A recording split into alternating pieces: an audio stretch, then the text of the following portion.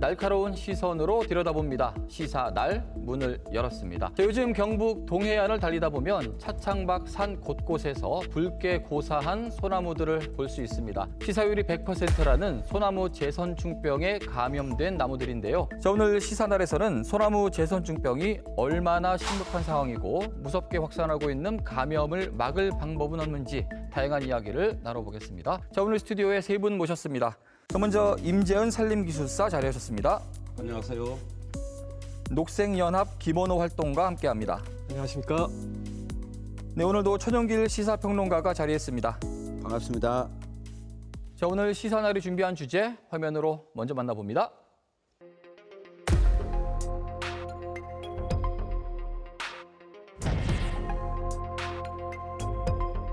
보상대대로 우리 말 같으면 선들 선들하고 소나무 크는 게 상징적인데 이 상징성 있는 나무가 죽었을 거네. 살려보려고 애를 썼는데 저기 나무가 저래 또 죽었고.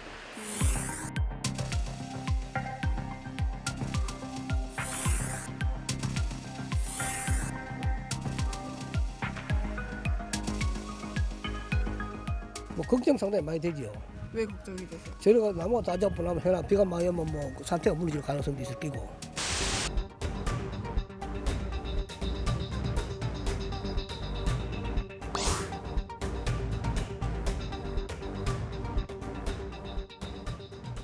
이 재선충 1mm 내외에 이 실처럼 가는 벌레. 그런데 이 벌레가 1000년을 사는 소나무를 말라 죽게 한다. 이런 얘기인 거잖아요. 네. 소나무 재선충병 제대로 정리 한번 하고 이야기를 이어나가도록 하겠습니다. 평론가님.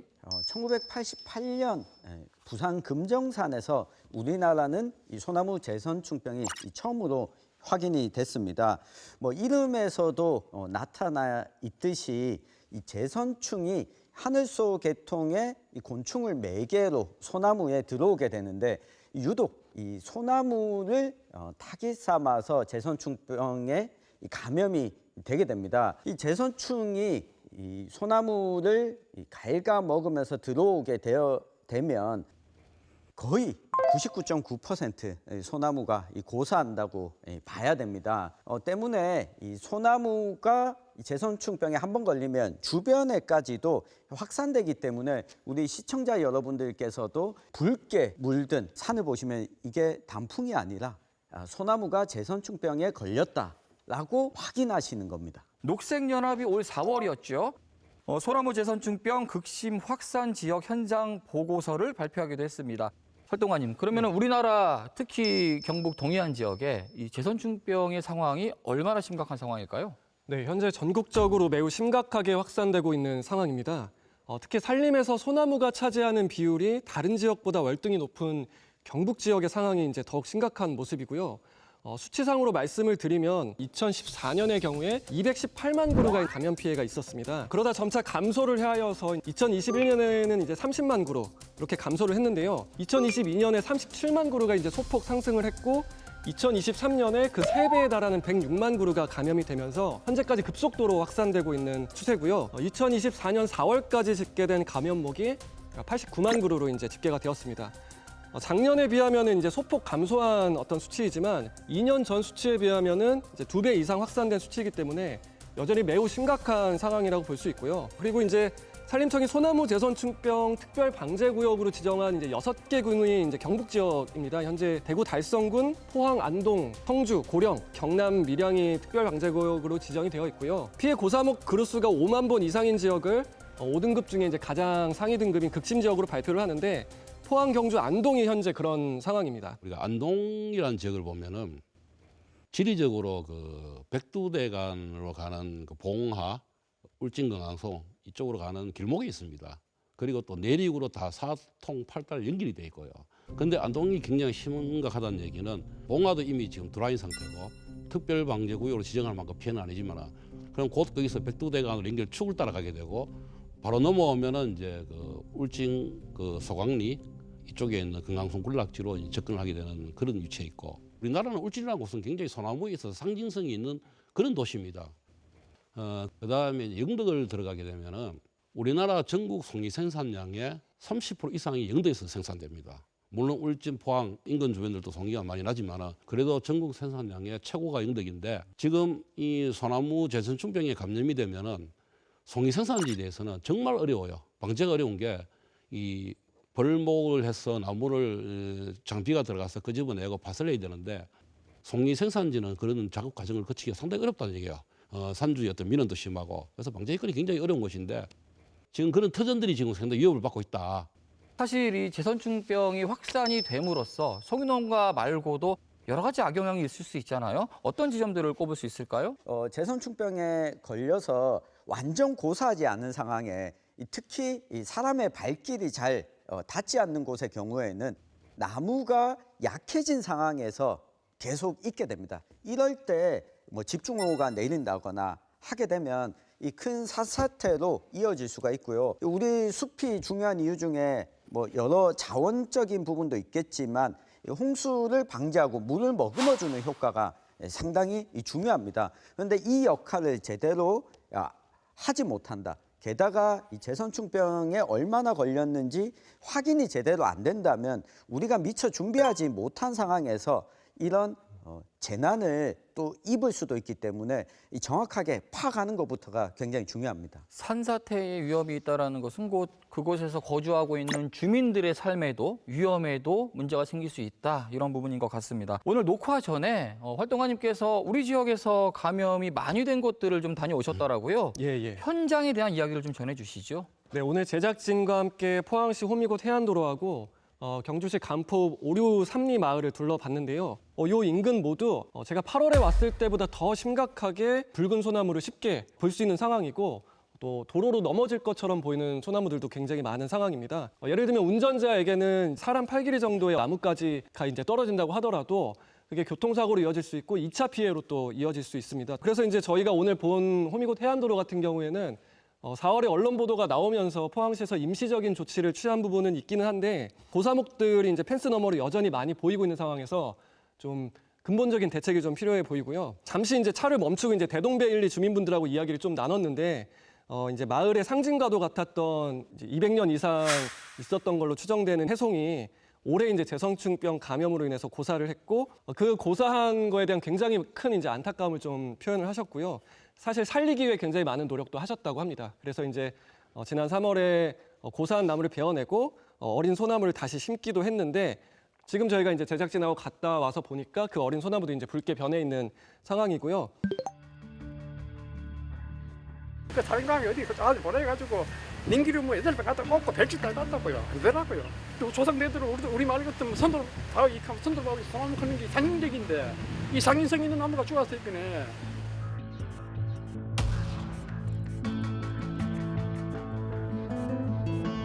우리 마을 저 절벽에 저 소나무 아닙니까? 소나무 다 죽고 나면 저 절벽 돌로 무너지고 그들은 다 걸립니다. 나이 아니 인재라 인재 이거는. 그리고요 이게 나는 뭐 방풍님 크는 거 남녀가 많이 있으니까 나는 그뭐저 아무것도 왜 그런 순간 지금 무슨 방풍님 하나고 하는데 요 밑에 했지만 친구가 바람처럼 희한하다 이거다. 사람 다 믿고 나니까 바람이 건너오는 거. 나는 그 방풍님 크는 게 그게 이래가 방풍님이라 그는 처음 알았어요. 좀 인상적인 이야기가 소나무 숲이 사라지고 나니까 해안 방풍림의 어떤 기능들이 좀 사라지고 있는 것 같다. 그래서 이제 전보다 바람의 세기나 바람이 불 때 이 그 소리 같은 것들이 굉장히 커지고 있다. 이런 달라지는 것을 좀 느끼고 있어서 좀 해안 방풍림 같은 경우 대응을 준비하고 좀 지켰으면 어땠을까 하는 이런 우려도 좀 표현을 해주셨고요. 마지막으로 오류삼리도 마을을 좀 갔다 왔는데 마을로 이어지는 숲이 완전히 붉게 변해 있는 상황입니다. 제가 4월과 8월에도 다녀왔는데 그때보다 더 심각한 상황이었고요. 그것 같은 경우에는 산사태 취약지구로 이제 지정이 된 곳입니다. 그래서 마을 이장님께서는 폭우 피해가 있을 때 이게 산사태로 이어질까봐 이제 굉장히 우려가 된다. 주민분들이 이제 일상적으로 느끼시는 거는 불안이기도 하지만 나뭇가지가 떨어지면서 축사나 지붕에 이제 치거나 넘어질까봐 이제 그런 소리를 들으신 적도 있고 그래서 좀 그런 일상적인 불안감을 좀 많이 호소를 하셨고 지금 현재는 이제 수종전환 주민설명회도 이제 시작이 되었고 곧 이제 이런 고사목들을 처리를 하겠다 이런 지침들이 내려오고 있는 것 같아서 주민분들이 이제 좀 기다리고 있는 상황인데 사실 이번 여름 같은 경우에는 안전하게 지나갔지만 조금 더 신속하게 처리가 되었으면 어땠을까 하는 바람이 좀 있었습니다.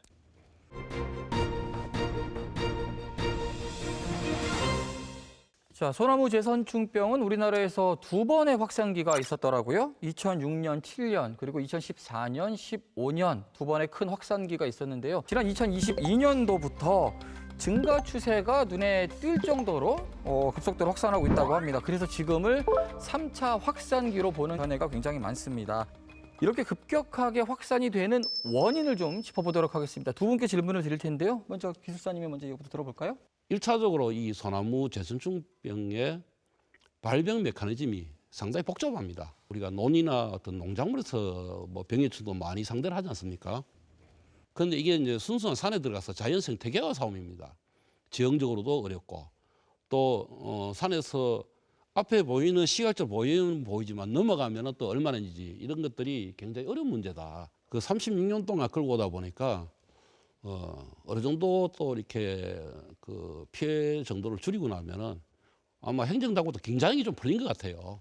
긴장이 좀 풀리다 보니까 조금 간과한 부분들이 많지 않느냐. 또 공무원들이 계속 업무를 지속적으로 이렇게 하는 업무를 하지 않습니다. 또 몇 년 하면 또 이렇게 업무 이동이 있고 이러다 보면은 또 새로운 업무 담당하는 분이 오게 되면은 또 생소한 업무예요. 그러나 이제 업무는 공무원들이 생소하지만 이 소나무 재선충병의 메커니즘은 굉장히 빠릅니다. 잠시 이 시선만 돌리면은 순식간에 확장해 버려요. 한 이런 좀 그 컨트롤 타워적인 시스템이 누구의 잘못이라기보다는 그런 부분에서 조금 우리가 어려운 숙제를 푸는데 좀 한계가 있었지 않았나 보고요. 그리고 이제 이 공무원이나 이 전문가 컨트롤 타워가 부족하면은 전문가 집단이 많아야 돼요. 이 전문가 집단이 많아야 되는데 우리가 역사가 짧다 보니까 그런 전문가 집단이 상당히 좀 적지 않느냐. 그래서 이제 그 정책, 행정, 그리고 전문가가 협치하는 그런 거버넌스 같은 구축이 계속 유지되지도 않았고 또 이렇게 잘 유지됐다가 또 없어지고 하는 이런 부분들도 저는 뭐 이렇게 실질적으로 우리가 방제를 다스리는 입장에서 이런 한 세 가지 정도의 좀 원인이라고 얘기하면은 원인으로 아마 얘기를 하고 싶습니다. 예를 들면 우리 코로나19 때 보면 이 중앙재난안전대책본부가 마련되고 이 보건복지부뿐만 아니라 다른 부처 여기에다가 외부에 있는 전문가들까지도 함께 이 감염병을 위한 이 대책 마련을 했던 것처럼 이 소나무 재선충병 같은 경우에도 이 정도라면 이 산림청장 직속으로 이 재선충병 방제위원회 이런 걸 만들어서 외부에서도 우리 녹색연합 활동가분 우리 기술사님 같은 분들이 함께 계획을 짜고 산림청과 지자체가 함께 움직일 수 있는 거는 좀 불가능한 건지 궁금합니다. 저는 지금도 늦지 않았다고 봐요. 고정된 어떤 그 시스템들이 있어야 되는데 사실은 뭐 산림청이 이 업무를 총괄하고 있지만은 그러나 정말 이거를 전략을 수립하고 계획을 짜고 또 그분들의 얘기가 정책적으로 이렇게 받아들여질 수 있는 그런 어떤 시스템은 상당히 중요하다. 저희가 2017년도에 국회 예산 담당하는 부서에서 연구용역을 한번 해준 적이 있어요. 그래서 재선충이 이제 어느 정도 2017년도에는 좀 상당히 이렇게 그 발생 지표가 다운이 되고 그래서 우리가 예산을 줄이지 말고 강력하게 그 연구 보고에서 담았어요. 그 왜 그런 얘기를 했나 이러면은 이 본수가 줄어들어도 밀도가 이 보도가 상당히 산만해요. 그러면 방제 비용은 올라가는 거예요. 그 당시에 그래서 그 용역 결과물에 대해서 굉장히 만족을 하고 이해를 했는데 2018년도부터 예산이 줄어들었어요. 그런 과정들을 보고 이게 정말 어려운 문제구나. 산림청이 컨트롤 타워를 하고 있지만은 그 위에 국회부터 기재부까지 모든 예산 연결된까지도 집중적으로 신경을 쓰고 도와주지 않으면은 저는 우리나라 소나무가 과연 누군가 그 구제를 할 수 있겠나 그런 그 고민까지 하고 있습니다. 자, 올 초 산림청이요. 4월까지 소나무 재선충병을 집중 방지하고 지방자치단체와 합동으로 과학적인 방제 기술 도입과 지박적인 현장 관리로 방제 효과를 높이겠다는 발표를 하면서 지난해 107만 그루였던 소나무 재선충병 감염목을 올해는 87만 그루로 끌어내릴 수 있을 거라고 전망을 했습니다. 그런데 얼마 전 뉴스를 보니까 올해 이미 87만 그루는 넘어선 것 같더라고요. 그러면 지금 현재 우리나라에서 하고 있는 방제는 어떤 것들이 있는지 이 부분에 대한 얘기하고요. 더불어서 지금 경상북도가 가장 심각한 상황이죠. 총력전을 펼치겠다라는 내용도 나왔습니다. 이 내용까지 짚어주시죠. 네, 지금까지 이 방제 전략을 보면 이 소나무 재선충병이 발견되면 일단 벌목을 합니다. 지자체가 이 벌목을 막게 되고요. 이 자리에는 훈증을 통해서 확산되지 않도록 예방하는 조치를 하고 또 감염되지 않은 나무에는 예방주사를 접종을 합니다.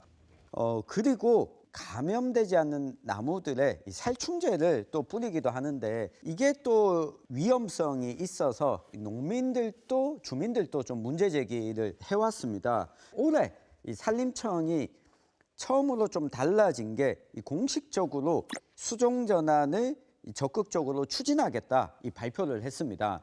이 경상북도 역시 이 특별 방제 지역으로 지정된 이 4곳의 지자체에는 이 수종 전환 예산을 편성하고 적극적으로 홍보를 하고 있는데요. 좋은 나무가 좋은 나무를 다 주었어. 이걸 이미 이거 버리 시기가 늦었어. 새파란 지붕 위에 그거 뭐 산자락에 저거 보이죠, 산자락.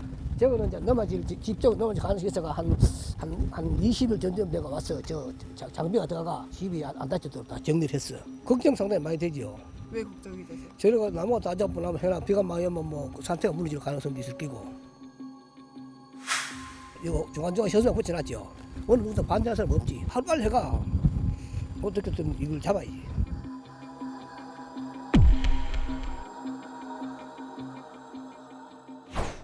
제가 경상북도 계획을 보니까 일단 올해 수종전환 대상 규모가 175헥타르입니다. 굉장히 적은 부분입니다. 제가 제일 우려가 되는 것은 산주가 적극적이라고 해서 그러면 여기 빨리 수종전환 해야겠다 이렇게 결정하면 안 된다는 겁니다. 꼭 필요한 우선순위 1순위, 2순위, 3순위 이렇게 정해놓고 올해 예산이 경상북도가 4개 지역 합쳐서 175헥타르라면 그중에서도 1순위 지역에 해당하는 지역의 산주들에게 먼저 이 동의를 구하는 절차를 거치고 이게 안 된다면 2순위로 내려가는 방식으로 계획을 좀 세우는 게 필요하다. 그리고 마지막으로 이 수종 전환을 했을 때 이 벌목한 나무라든가 이후에 산주들이 추가적인 자원으로서 소득을 얻을 수 있을 거냐라고 했을 때 이 산업으로 이어질 수 있는 것까지도 정부 계획 속에서 같이 나와줘야 이 적극적으로 수종 전환에 동의하는 사람들이 늘어나지. 다른 나무로 전환하고 나서 그 다음에 어떻게 산림 자원으로 내가 수입을 얻을 수 있는지까지가 없는 쪽이라면 아무리 백날 수종 전환 하라고 해도 저는 불가능할 것 같거든요. 요거까지 1단계, 2단계까지 신경을 좀 써줬으면 하는 바람입니다. 산림청은 이제 특별방제구역인 안동, 포항에서 수종전환 순회 설명회를 이제 계속 진행하고 있고 국정감사장에서도 산림청장님은 수종전환 방제를 본격적으로 하겠다 이런 말씀을 하셨습니다. 그래서 올해 내년만 기다려주면 관리 가능한 수준으로 낮출 수 있다 이렇게 말씀을 하셨는데 저희는 좀 고민스러운 게 수종전환을 말하기 이전에 그렇다면 이제 전체 피해 지역에서 완전 고사목이 출현한 곳이 얼만큼 되는지 그리고 검경을 하거나 외관을 통해서 앞으로 6개월 이내에 완전 고사목이 그런 어떤 확산세가 될 그런 지역이 몇 %가 되는지 그리고 이런 확산세를 종합했을 때 예상되는 감염 경로나 어떤 경향성이나 이런 것들이 다 모아져서 데이터가 모아져서 그런 과정 안에서 판단을 하고 있는 것인지 좀 묻고 싶고 조금 아쉬운 거는 이제 종합적인 전략 없이 좀 수종 전환을 강조하고 있는 것 아닌가. 수종 전환은 특별방제구역이 나오면서 이제 숲이 무너지니까 그 숲을 회복하기 위해서 만든 그 방법이고요. 이 수종 전환에서 한 3가지 의미를 담고 있습니다. 첫 번째가 이제 일반 방제로는 불가능하다. 단목 방제 지금까지 해왔듯이 불가능한 지역에 집단적으로 이제 고산된 지역에 수종 전환을 해야 되는데 집단 발생 지역에 보면은 굉장히 많은 매개충의 서식 환경이 최고조로 달해 있습니다. 그럼 우리는 이제 재선충과의 싸움이 아니고 그걸 옮기는 솔수인만으로서 매개충과의 싸움이에요. 재선충 자체는 단독으로 그 다른 나무로 이동하지 않습니다. 그래서 그걸 옮기는 매개충과의 전쟁인데 이 매개충의 서식 환경이 최고조로 좋은 상황에 놓여 있다. 그럼 거기는 당연히 거기에 있는 나무를 다 베서 파쇄를 하든지 어떻게 정리를 해야 매개충의 서식 밀도를 떨어뜨릴 수가 있는 것입니다.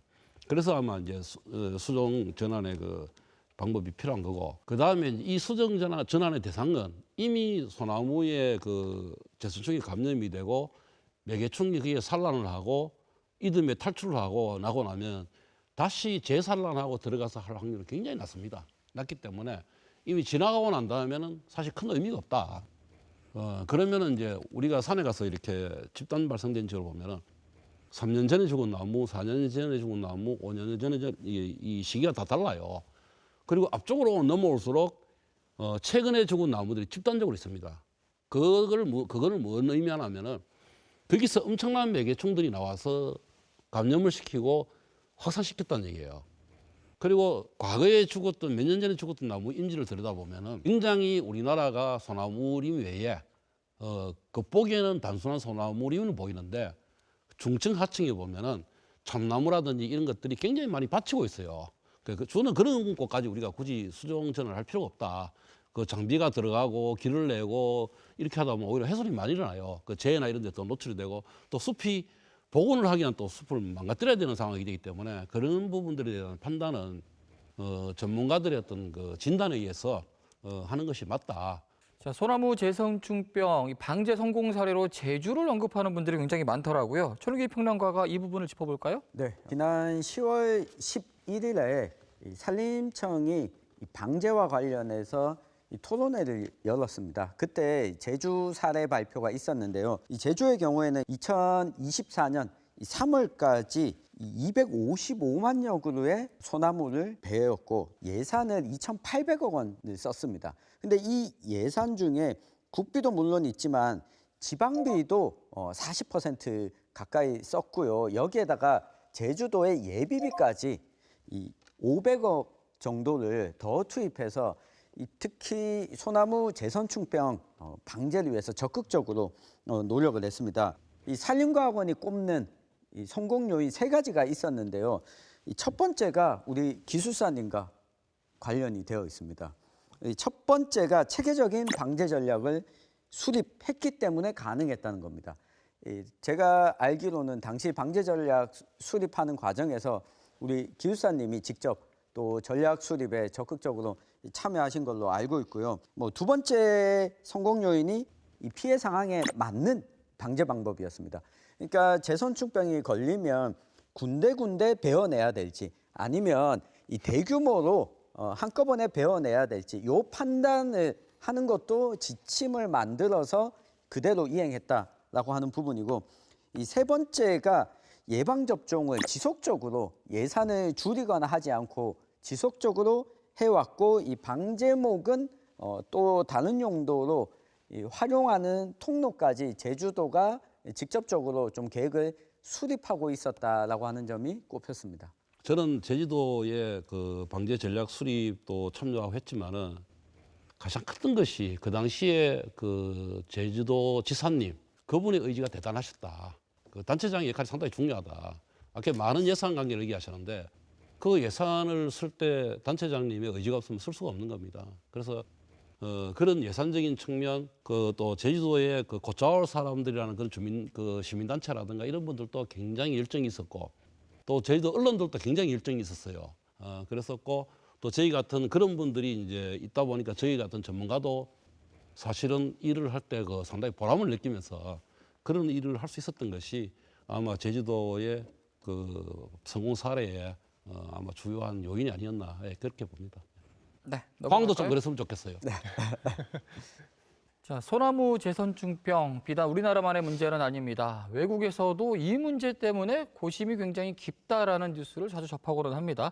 해외의 사례를 우리가 좀 들여다보면 각자의 방역 체계가 있기 때문에 우리가 좀 참고할 수 있는 부분이 있지 않을까 생각도 해보게 되는데요. 네. 활동가님 의견부터 들어볼게요. 네, 2007년에 국립산림과학원, 산림청 산하기관인 산림과학원에서 당시의 심각 지역이었던 일본과 중국을 방문해서 소나무 재선충 확산 지역을 본 뒤에 발표한 보도자료가 있습니다. 이 보도자료에 상당히 의미 있는 부분이 많이 있었는데요. 2000년대 초반임에도 소나무 제선충병 확산과 지구온난화는 어떤 영향이 있는가 이런 기후적인 요인을 이미 당시에 연구를 하고 있었다. 이런 내용도 있었고요. 매개충인 솔수염 하늘소와 북방수염 하늘소 이외에 또 다른 매개 가능성이 있는 다른 하늘소류는 어떤 게 있을까? 이런 거를 실제로 연구했던 걸 언급하는 내용도 있었습니다.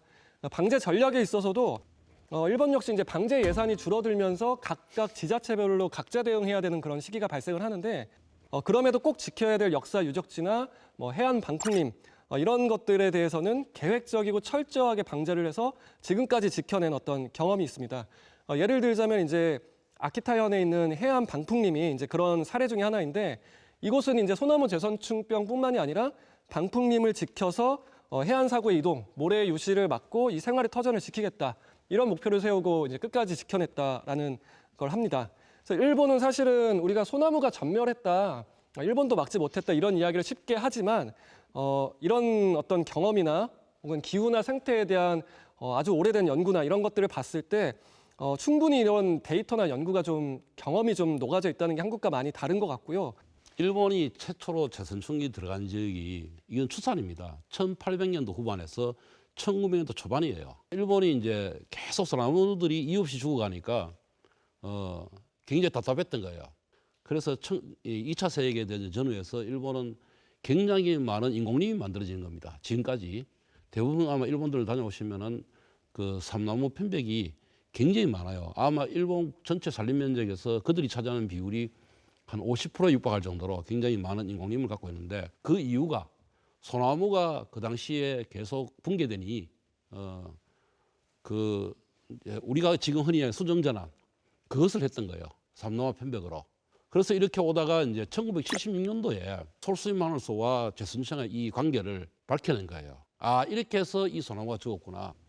그때부터 일본이 본격적으로 이제 이 방제에 대한 연구도 하고 했는데 이미 그때는 일본은 대부분 그 아랫지방부터 이제 그 오사카, 교토에서 쭉 위로 올라가면서 상당히 많은 소나무를 잃어버렸습니다. 지금 일본이 마지막으로 지금 어디가 있냐면 소나무 제선충병 이 확산 무리들이 아키다, 아오모리 쪽에 가 있어요. 거의 다 갔습니다. 그리고 북해도는 소나무가 그렇게 많지 않습니다. 그러다가 이제 거기서 이제 끝나느냐. 제가 최근 가서 일본 가서 놀라는 게 70년, 80년에 소나무가 다 소멸했는데 제선충병이 지나고 난 다음에 떨어지는 종자가 다시 올라와서 이 소나무가 이제 집중적으로 성장하지는 않지만은 군락을 이루지는 않지만은 구석구석 이렇게 나와요.